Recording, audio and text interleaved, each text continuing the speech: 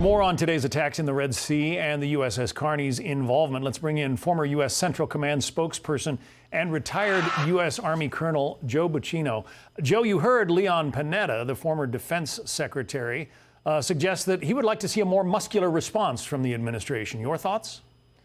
I think that's unequivocal. I think we've seen dozens and dozens and dozens of these attacks, and so far we've struck some buildings in Syria. We've struck some of these proxy forces in Syria.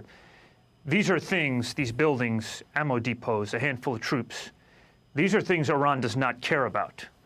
So, in order to introduce deterrence, deterrence is in the mind, John. And so in order to introduce deterrence over Iran, or over anybody, you need two things. You need to demonstrate you have capability to inflict harm.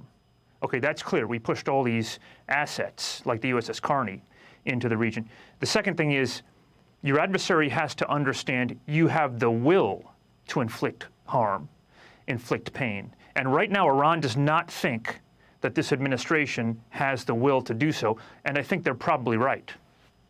I know you used to work at CENTCOM, and I want to read part of the CENTCOM statement that came out today about these various attacks.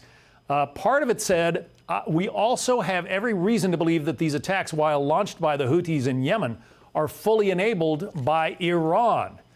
The United States will consider all appropriate responses. It seems to me that, in the past, we haven't mentioned Iran's involvement. I could be wrong about that, but we're definitely pointing fingers at them in this particular announcement. And do you think they're getting the message? I do not think they're getting the message. I think that in the messaging, one thing that's unclear is we push these carrier strike groups into the region. So we pushed all these assets. What are they doing? What are they there to do? What are they there to respond to? What are they there to strike? What's the broader point relative to Iran? That's not been clear in the messaging coming out of Tampa with Central Command or coming out of Washington, D.C. here in the Pentagon.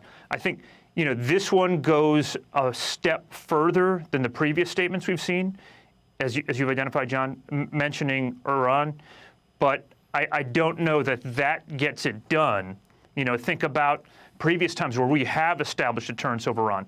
1988, the tanker wars, this back and forth in the Arabian Gulf, like a little bit like we have now.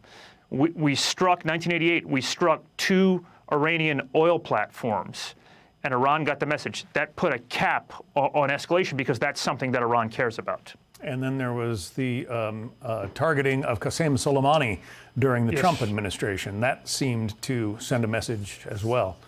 Retired U.S. Army Colonel Joe Buccino, thank you. Hey, Sean Hannity here. Hey, click here to subscribe to Fox News YouTube page and catch our hottest interviews and most compelling analysis. You will not get it anywhere else.